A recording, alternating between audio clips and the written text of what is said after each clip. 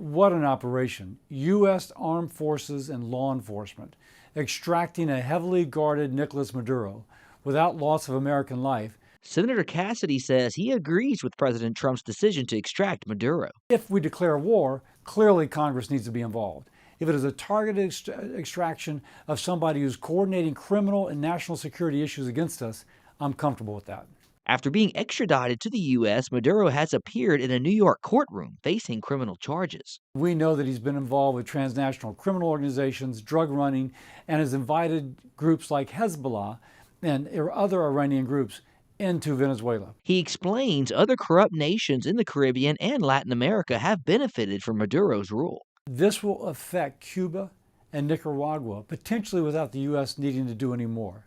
He says President Trump addressing this corruption through his actions in Venezuela is a great start. He has introduced legislation called the Americas Bill, which he argues will kick out Chinese influence in the Caribbean and strengthen partnerships. It would refocus on the Western Hemisphere to bring manufacturing back to the United States and to the Western Hemisphere. In the aftermath of Maduro's downfall, President Trump says the United States will seize control of Venezuela's vast oil reserves. Senator Cassidy argues this extra crude oil in the market should not significantly affect oil prices in the near term.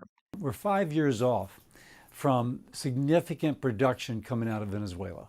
But once the production does come, Senator Cassidy says, Louisiana will see a net benefit as the crude oil coming out of Venezuela will need to be refined. This should keep most of our refineries busy, he explains, with possibly even more needing to be built. If Valero has more to handle, it's easy to imagine that they would do a further expansion, creating both permanent jobs but also the construction jobs. Senator Cassidy says in addition to being the source of drugs flowing into the United States, Maduro's Venezuela also served as a harbor for our adversaries. Russia, Iran, and China have been actively in Venezuela, developing activities that could go after us. And this operation, he says, sends a clear and resolute message. The message this sends is that if you mess with the United States in a way which threatens our national security and contributes to the death of 100,000 Americans of overdoses every year, then the United States is going to take action.